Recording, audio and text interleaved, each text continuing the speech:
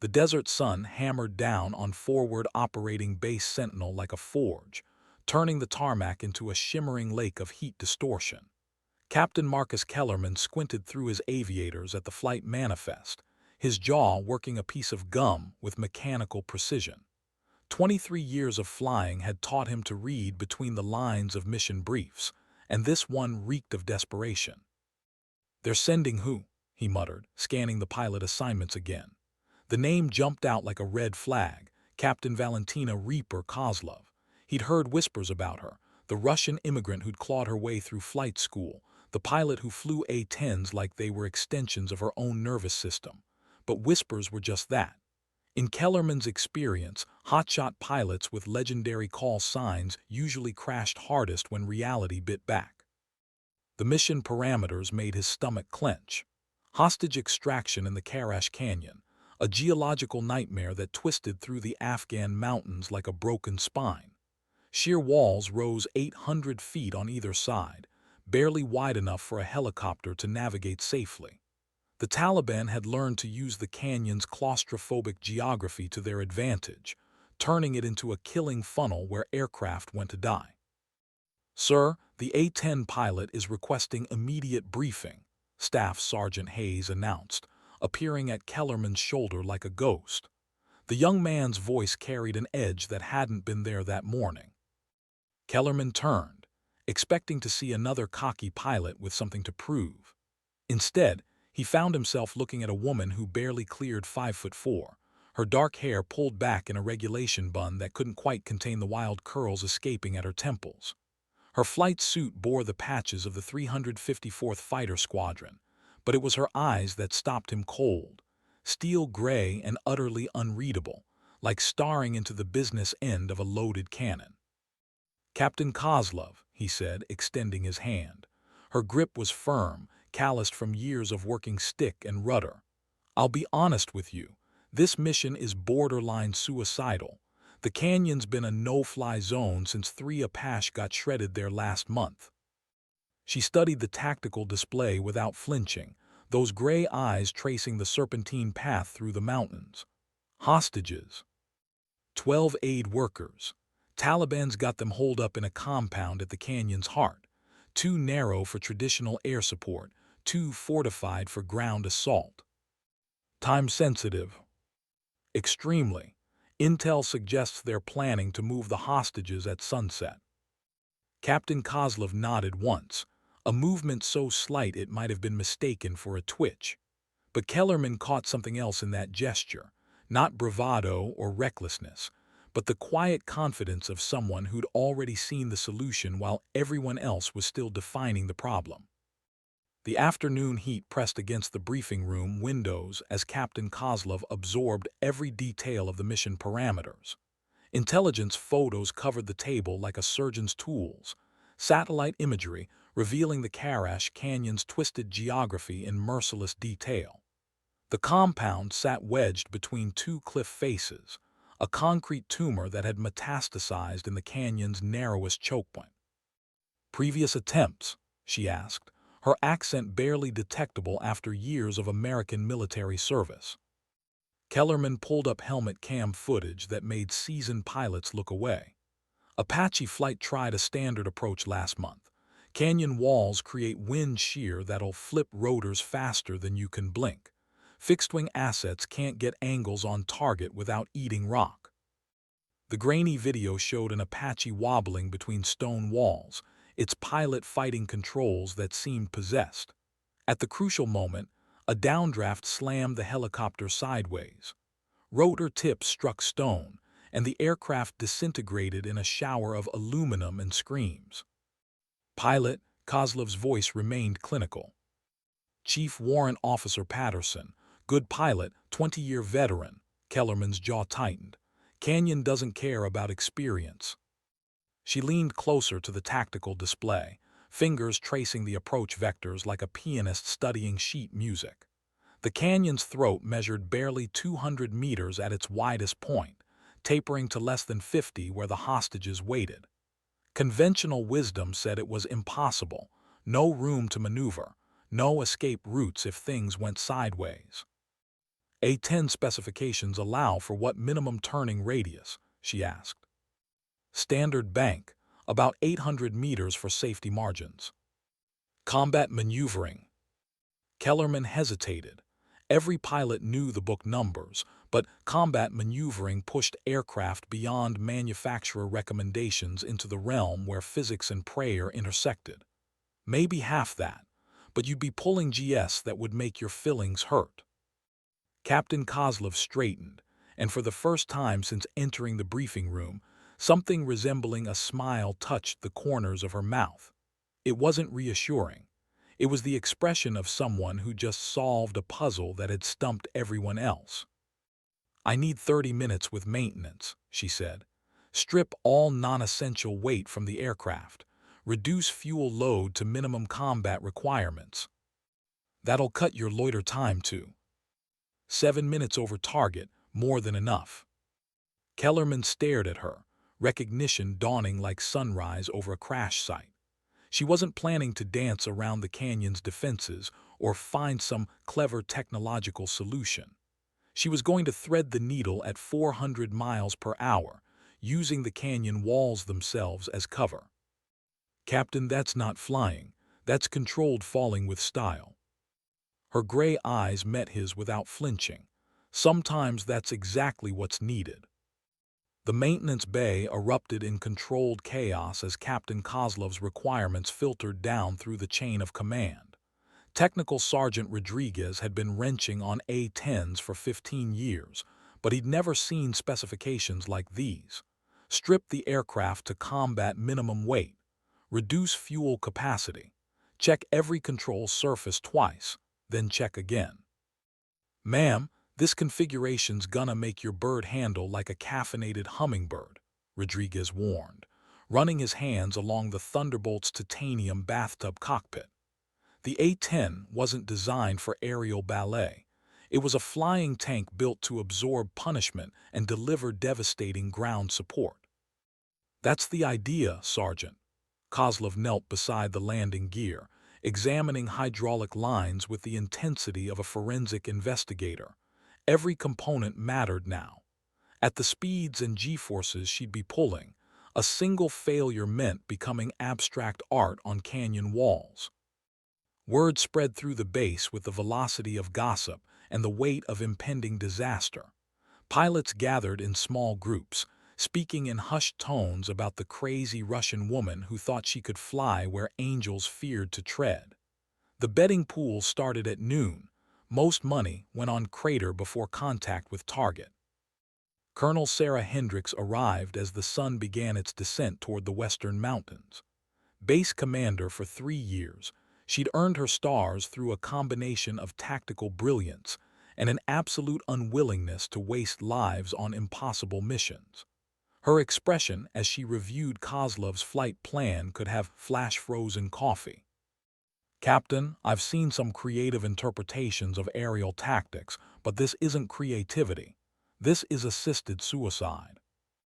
Kozlov looked up from her pre-flight checklist, wrenched still in her oil-stained hands. Colonel, with respect, conventional approaches have failed. 12 civilians will die if we don't act. And you'll definitely die if we do act this way. Hendricks jabbed at the tactical display. These canyon walls don't negotiate. They don't care about your reputation or your skills. Physics is physics. The words hung in the superheated air like smoke from a funeral pyre. Other pilots nodded in agreement. The colonel was right, of course. The mission was impossible by every reasonable standard, but Captain Kozlov simply returned to her checklist, marking items with the methodical precision of someone who'd already accepted the costs. Sometimes impossible missions require impossible people, she said quietly. Rodriguez cleared his throat. Aircraft's ready, Captain. She stripped down and tuned like a Formula One car. Just remember, you break her, you buy her. Copy that, Sergeant. Kozlov's smile contained winter. I don't plan on breaking anything today. The briefing room fell silent as Captain Kozlov outlined her approach vector. Even seasoned combat pilots found themselves holding their breath as she traced the path through Karash Canyon with casual precision.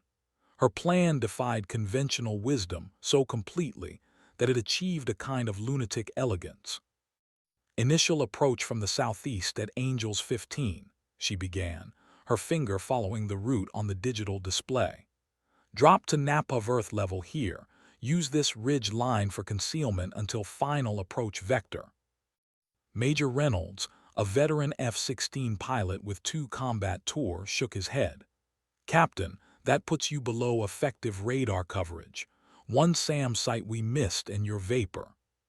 "SAM sites need acquisition time. At my speed and altitude, they won't get towed before I'm past engagement envelope." Her confidence wasn't bravado. It was mathematical certainty backed by years of experience flying in contested airspace. The tactical display zoomed in on the canyon's throat. The compound appeared as a cluster of rectangular buildings pressed against the northern wall like barnacles on a ship's hull. Intelligence estimates put enemy strength at 30-plus fighters with small arms and possible RPG emplacements. "Canyon entry velocity?" Colonel Hendricks asked, though her tone suggested she dreaded the answer. 420 knots, maintaining until target acquisition." The room erupted in murmurs of disbelief. 400 knots through a corridor barely wider than a football field left zero margin for error. A single wind gust or moment's hesitation would transform pilot and aircraft into high-velocity debris. Captain Martinez, an Apache pilot who'd survived 3 tours in Afghanistan, leaned forward. "Ma'am, I've been flying rotary wing in these mountains for 6 years. The winds down in those canyons are absolutely unpredictable. You'll hit shear that'll snap your wings off." "Fixed-wing handles shear better than rotary," Kozlov replied. "A-10's built to absorb punishment. Wing loading can handle the stress." "What about egress?" Kellerman demanded. "You put ordnance on target, then what? There's no room to turn around in there." For the first time during the briefing, Captain Kozlov's expression shifted. The clinical mask slipped slightly, revealing something deeper, not fear, but the solemn recognition of someone who understood the stakes completely. "Vertical climbouts through the canyon's eastern exit. If I maintain sufficient airspeed through target engagement, momentum should carry me clear before defensive fires can achieve effective tracking." The word hung in the air like incense at a funeral. 12 lives balanced against one. Simple mathematics dressed up in tactical language and professional detachment. Colonel Hendricks studied the young pilot's face, searching for doubt or hesitation. She found neither. The sun painted the mountains blood red as Captain Kozlov performed her pre-flight inspection with ritualistic thoroughness. Every rivet, every control surface, every weapons pylon received her personal attention. The A-10 Thunderbolt squatted on the tarmac like a mechanical gargoyle, its GAU-8 Avenger cannon protruding from the nose like an accusatory finger pointed at the sky.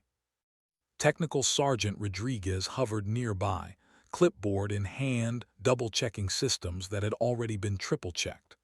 Hydraulics nominal, flight controls responsive, cannon loaded with mixed HE and API rounds. You've got enough firepower to redecorate the entire canyon. The aircraft had been stripped to its most essential components.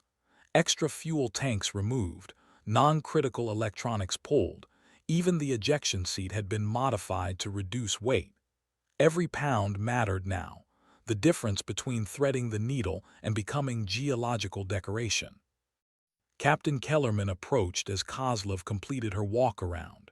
His earlier skepticism had transformed into something approaching respect, though worry lines still creased his weathered face. "Reaper, I need to ask, why the call sign? It's not exactly morale building." She paused in her inspection of the port landing gear, considering the question with uncharacteristic openness.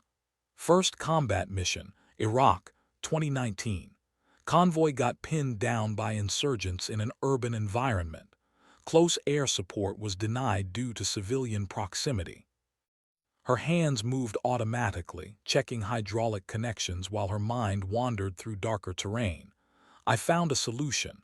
Surgical strikes, minimum collateral damage, saved 18 Marines. The words carried weight, each syllable measured like ammunition. Afterward, one of them said I'd reap the insurgents like wheat. The name stuck. And you're comfortable with it. Names have power. This one reminds me that precision matters more than firepower. The base's public address system crackled to life. Reaper Flight, you are cleared for engine start. Weather report shows winds variable at 15 knots, ceiling unlimited. Good hunting. Captain Kozlov settled into the A-10's cockpit like a pianist approaching Carnegie Hall. The familiar embrace of ejection seat and control stick felt like coming home after a long journey. Switches flipped in practice sequence. Battery power, hydraulics, avionics, each system responding with electronic chirps and status lights. The twin General Electric engines wound up with the sound of controlled thunder, their turbofan whine echoing off the maintenance hangars. Ground crew scattered like startled birds as exhaust temperatures climbed toward operating parameters. Sentinel Tower, Reaper 11 requesting taxi clearance. Reaper 11, taxi to runway 27. Winds 240 at 12 knots, altimeter 2992. The A-10 rolled forward with ponderous dignity, its tricycle landing gear absorbing every imperfection in the taxiway. Through the canopy, Kozlov could see personnel gathering along the flight line, mechanics, pilots, support staff, all drawn by the gravity of witnessing either history or catastrophe in the making. Colonel Hendricks stood beside the control tower, her arms crossed and expression unreadable. Their eyes met briefly through the aircraft's transparency, and Kozlov offered a subtle nod, not cockiness, but acknowledgement of the trust being placed in her skills. Reaper 11, you are cleared for takeoff. Squawk 2347, contact departure control passing 3,000 feet. Cleared for takeoff, Reaper 11. The Thunderbolt's engines spooled to full military power, their combined thrust pressing Kozlov back into her seat. The runway centerline blurred beneath the aircraft's nose as airspeed climbed, 80 knots, 100 rotation speed. The ground fell away, and Afghanistan's tortured landscape spread below like a tactical map come to life. Departure control, Reaper 11 airborne, passing 2,500 for flight level 150. Reaper 11, departure control, radar contact. Proceed on course 090, maintain flight level 150 until further advised. Be advised, your mission is being monitored at command level. No pressure, she thought, banking the A-10 toward the mountains. Just the survival of 12 innocent people and the professional reputation of every pilot who'd ever claimed the impossible was merely difficult. The Hindu Kush mountains rose ahead like the Earth's broken bones thrust skyward, their peaks crowned with snow that never melted. At 15,000 feet, Captain Kozlov could see the entire tactical situation spread below. The serpentine scar of Karash Canyon cutting through granite walls, the roads where Taliban fighters moved supplies and personnel, the isolated compounds where desperation and cruelty flourished in equal measure. Overlord Reaper 11 approaching initial point. Request final targeting data. The controller's voice crackled through her headset with unusual formality. Reaper 11, Overlord. Hostages confirmed in compound Bravo 7. 12 souls, mixed nationalities, medical personnel providing humanitarian aid. Enemy strength estimated 30 plus, armed with small arms and suspected RPG positions. Through her targeting pod, Kozlov could see the compound's thermal signature. Human shapes moved between buildings with the restless energy of people under extreme stress. Guard positions were clearly marked by weapon emplacements and defensive barriers. Intelligence had been accurate. This was a hardened position designed to exploit the canyon's natural advantages. Time-sensitive nature confirmed, the controller continued. Enemy vehicles observed approaching compound. Estimate 30 minutes before hostages are relocated to unknown position. 30 minutes. The words hit her like a physical blow. All the planning, all the preparation, all the careful calculations suddenly compressed into a ticking clock that showed no mercy for hesitation or doubt. Captain Kozlov began her descent, dropping through altitude layers like a controlled meteorite. At 8,000 feet, the aircraft entered the mountain's wind shadow, where thermal currents and pressure differentials created invisible turbulence that could flip fighters upside down without warning. The radio crackled with traffic from other aircraft orbiting at safe distances, F-16s providing high cover, a KC-135 tanker holding south of the operational area, an AWACS aircraft monitoring the entire theater. Everyone wanted to witness what happened when physics met determination in a narrow canyon far from civilization. Reaper 11, be advised you are approaching point of no return. Confirm mission continuation. She looked down at the canyon's entrance, a geological knife wound in the Earth's surface barely visible from her current altitude. Somewhere in that darkness, 12 people waited for salvation that conventional wisdom said couldn't come. Overlord Reaper 11, mission continuation confirmed, beginning attack run. The rolled inverted and dove toward the canyon mouth, its pilot pushing the throttles forward until the engines screamed. The world transformed as Captain Kozlov dropped below the canyon rim. Reality compressed into a corridor of stone and shadow, where judgment errors were measured in milliseconds and paid for in blood. The A-10's airspeed indicator showed 420 knots and climbing as gravity became her ally in the desperate race against time and physics.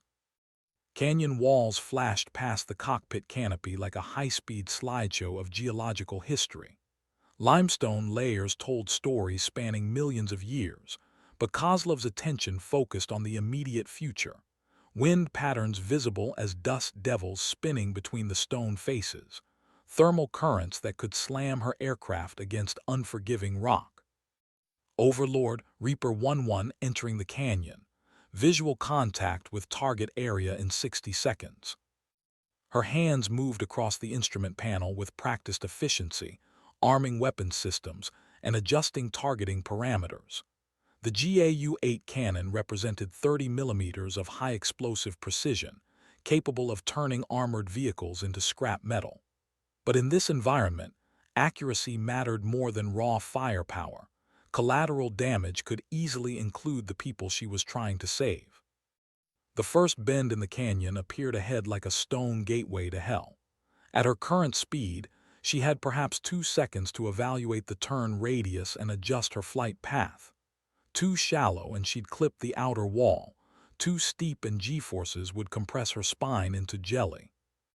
Banking hard left, Kozlov felt the aircraft's frame groan under stress loads that exceeded manufacturer recommendations.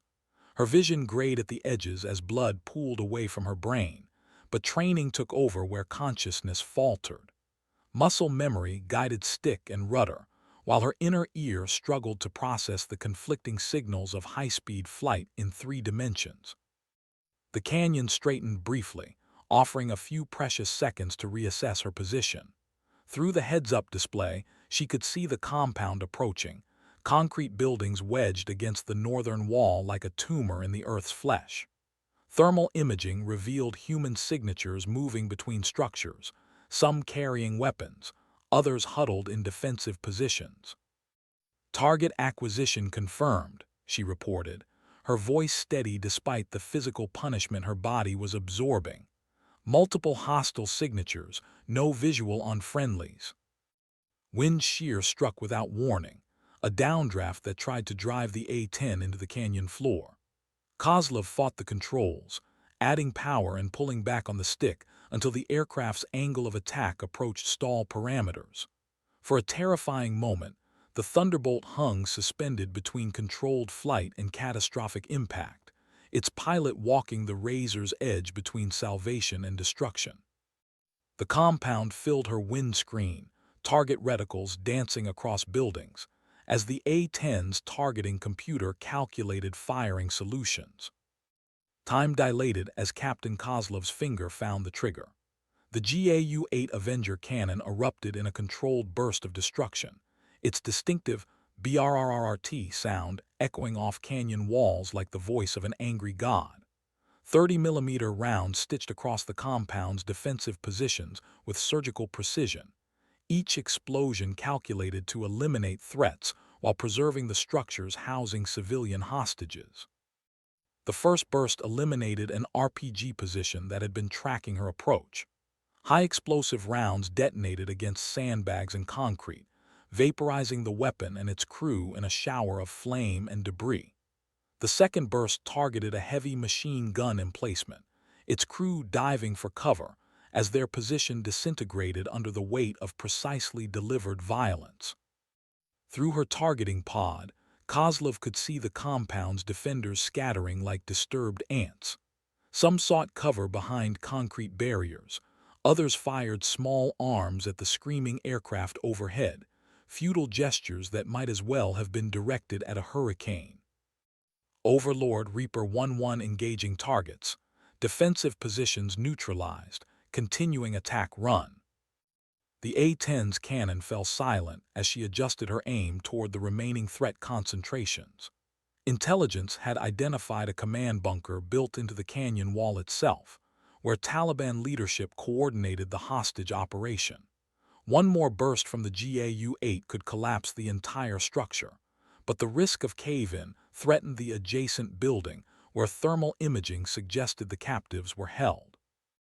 Banking hard right to avoid a communications tower, Kozlov felt her aircraft's frame protest against forces that pushed every component to its design limits.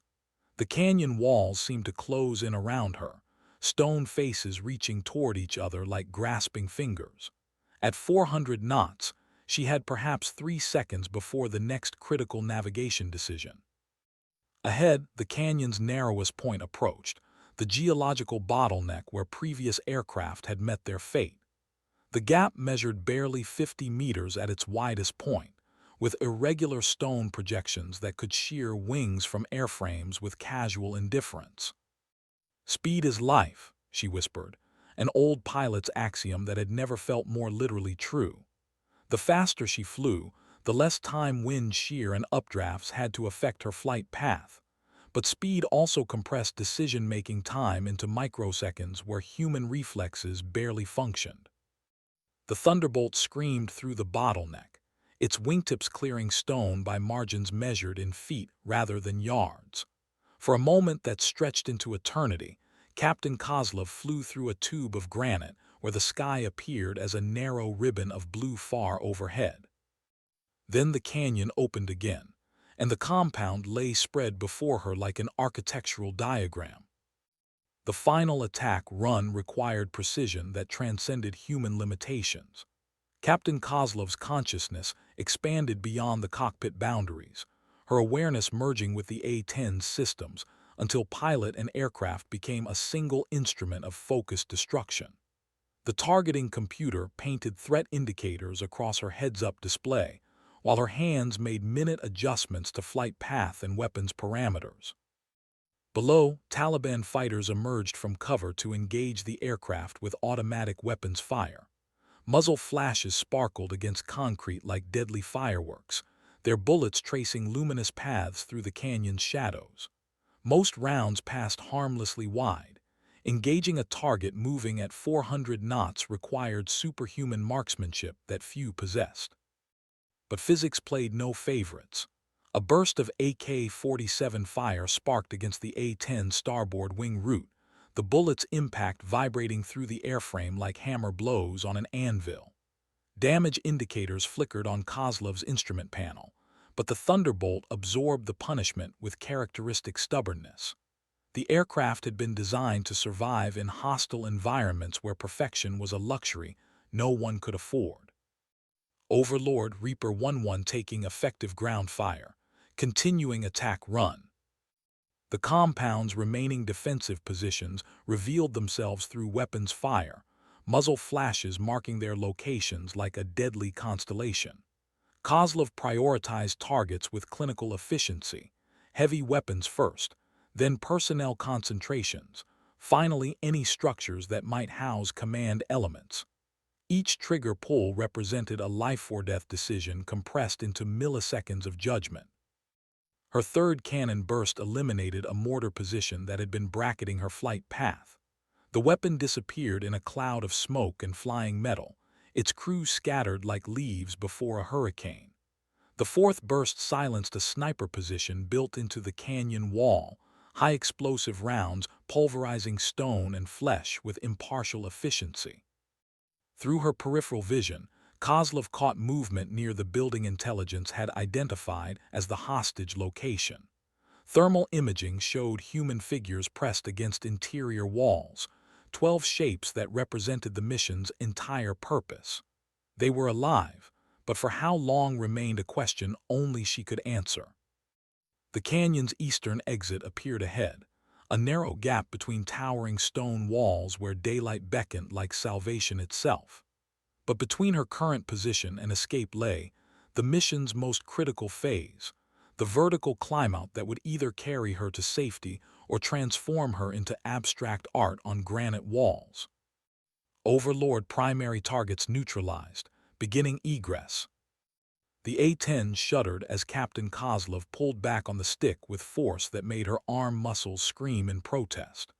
G-forces crushed her into the ejection seat as the aircraft transitioned from high-speed level flight to a near-vertical climb that defied both gravity and common sense.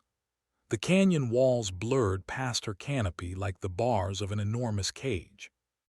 At the crucial moment, physics and piloting skill achieved perfect synthesis. The Thunderbolt's momentum carried it through the climb-out window with mere feet to spare on either side. Stone walls that had seemed ready to close like crushing jaws fell away, replaced by the infinite blue of Afghan sky. Overlord Reaper 1-1 clear of target area. Mission complete. Requesting damage assessment and rescue coordination. Below, the compound lay silent except for the settling dust of recent violence. Thermal imaging showed no remaining hostile signatures, while the building containing the hostages remained intact. In the space of 90 seconds, Captain Valentina, Reaper, Kozlov had accomplished what conventional wisdom declared impossible, threading the needle through Karash Canyon and living to tell the story. The radio erupted in congratulations and status requests as the tactical net processed the implications of what they'd just witnessed. But Kozlov's attention remained focused on the instruments and systems that would carry her home, because, in her experience, the mission wasn't truly complete until the aircraft was safely on the ground and the people she'd fought to save were walking free. The flight back to forward operating base Sentinel felt like awakening from a fever dream. Captain Kozlov's hands trembled slightly on the control stick, not from fear, but from the adrenaline crash that followed extreme physical and mental exertion. The A-10 flew straight and level through crystalline air, its battle-damaged wing route testament to a mission that had pushed both pilot and aircraft beyond their designed limitations. Reaper 1-1 Overlord. Ground forces report compound secured, all 12 hostages recovered alive and in good condition. Outstanding work. The words carried weight beyond their simple meaning. 12 lives saved, a tactical problem solved, and the impossible proven merely difficult through a combination of skill, determination, and precisely calculated risk-taking. But for Kozlov, the satisfaction felt muted by exhaustion, and the knowledge that such victories always came at a price, if not in blood, then in the years they subtracted from a pilot's career through accumulated stress. Through her headset came another voice, one she recognized as belonging to Colonel Hendricks. Reaper 1-1, Tower Control. You are cleared for straighten approach runway 27. Emergency equipment is standing by as a precaution. Tower Reaper 1-1, negative emergency. Aircraft is responding normally, minor battle damage to starboard wing route. Request normal recovery. As the base appeared on the horizon, Kozlov could see personnel gathering along the flight line. The same crowd that had watched her departure with skeptical expressions now showing something approaching awe. Word of her success had traveled through the base's communication networks with the speed of wildfire, transforming doubt into professional respect.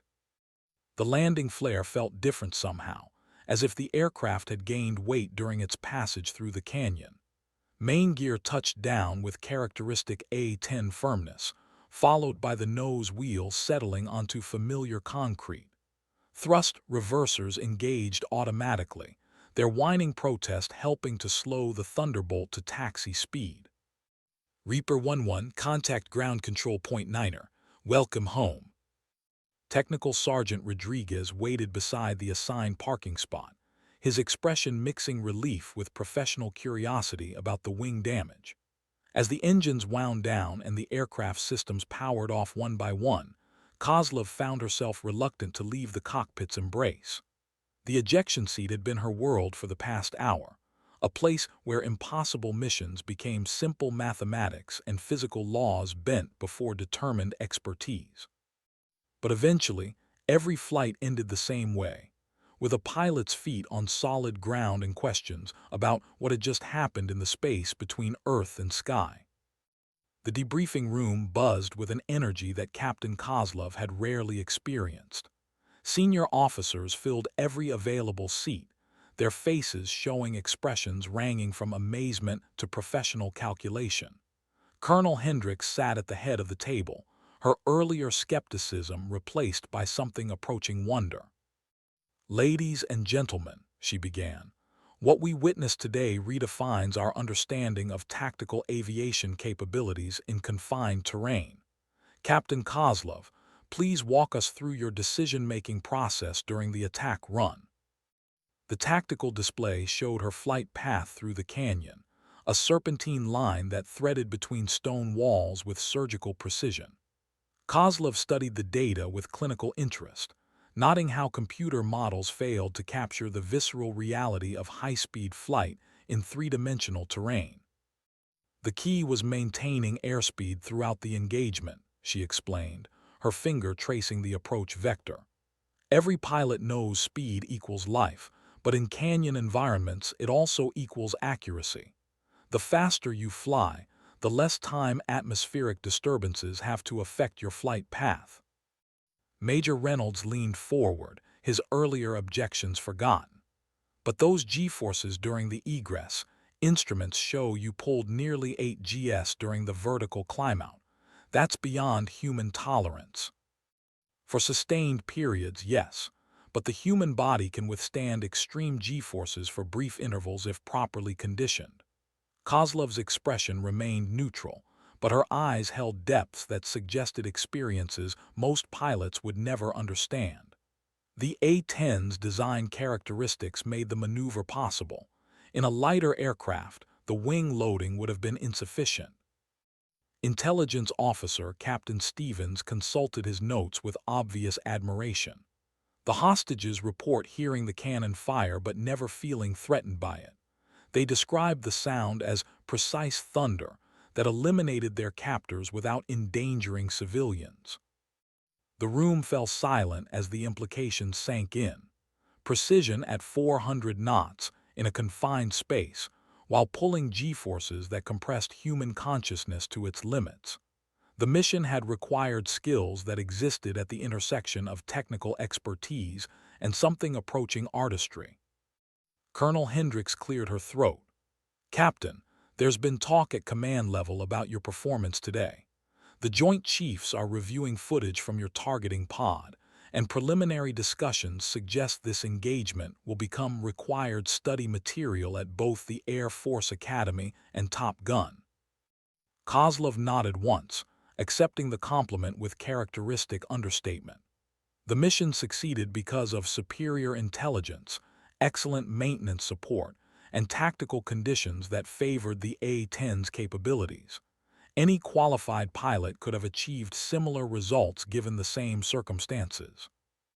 The statement drew skeptical looks from every pilot in the room, but no one challenged it directly. Professional modesty was expected, even when describing achievements that bordered on superhuman. 6 months after the Karash Canyon mission, Captain Valentina Kozlov found herself standing before a full-length mirror in base quarters, adjusting the collar of her dress blues. The distinguished flying cross pinned to her chest caught afternoon light streaming through windows that overlooked the same flight line where her legend had begun. The ceremony would be small. Military decorations rarely attracted civilian attention unless they involved dramatic rescues or political significance. But for the aviation community, the DFC represented recognition of skills that existed at the razor's edge between competence and artistry. Technical Sergeant Rodriguez knocked softly on the doorframe. "Ma'am, Colonel Hendricks requests your presence in the briefing room. The delegation from Washington has arrived." She followed him through corridors lined with unit photographs and mission plaques, past offices where young pilots studied tactics manuals with expressions of barely contained ambition. The Air Force was a machine that consumed dreams and produced professionals, but occasionally it created something rarer, legends that inspired future generations to push beyond accepted limitations. The briefing room had been transformed into an informal reception area, with senior officers mixing coffee with carefully measured congratulations. At the room's center stood General Patricia Morrison, a two-star flag officer whose career had included commands ranging from fighter squadrons to theater-level operations. "Captain Kozlov," the general said, extending her hand. "I've reviewed the tactical footage from your Canyon mission more times than I care to admit. What you accomplished that day will be studied by military aviators for decades to come." The presentation ceremony proceeded with military precision, each word carefully chosen to emphasize the broader implications of individual achievement. The mission had saved 12 lives, but its tactical lessons would potentially save hundreds more by expanding the envelope of possible operations in confined terrain. The Distinguished Flying Cross is awarded to Captain Valentina Kozlov for extraordinary achievement while participating in aerial flight. Captain Kozlov distinguished herself by exceptional flying skill, courage, and devotion to duty while conducting a combat mission in extremely hazardous conditions. Her airmanship and tactical expertise directly resulted in the successful rescue of 12 hostages and the neutralization of enemy forces in terrain previously considered unsuitable for fixed-wing operations. The words echoed off briefing room walls with the weight of official recognition, but Kozlov's mind wandered to a different memory. 12 people walking free from a compound where they had faced certain death, their faces showing gratitude that transcended language barriers. Recognition was gratifying, but the mission's true measure lay in lives saved and problems solved through the application of skill to seemingly impossible challenges. The months following her decoration brought changes that Captain Kozlov hadn't anticipated. Her call sign, Reaper, took on new significance within the aviation community, no longer the slightly ominous nickname of a pilot with aggressive tendencies, but the professional designation of someone who harvested victories from situations where others saw only defeat. Young pilots sought her out with questions about canyon flying, G-force tolerance, and the mental discipline required for precision strikes in confined spaces. She answered their queries with characteristic patience, emphasizing preparation and systems knowledge over the dramatic elements that captured popular imagination.